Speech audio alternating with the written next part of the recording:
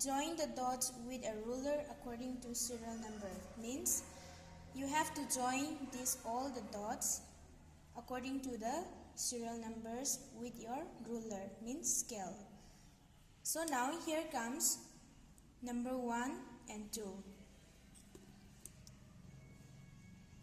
1, 2, 2, 3, 3 to 4, and 4 to 5, 5 to 6, 6 to 7, 7 to 8, 8 to 9, 9 to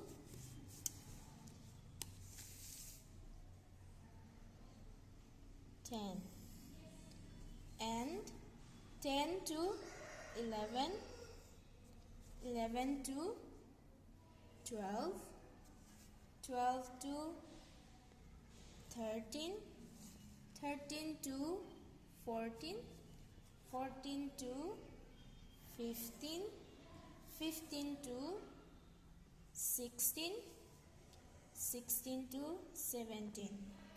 So now here is some gap, so you can join with the 2 dots.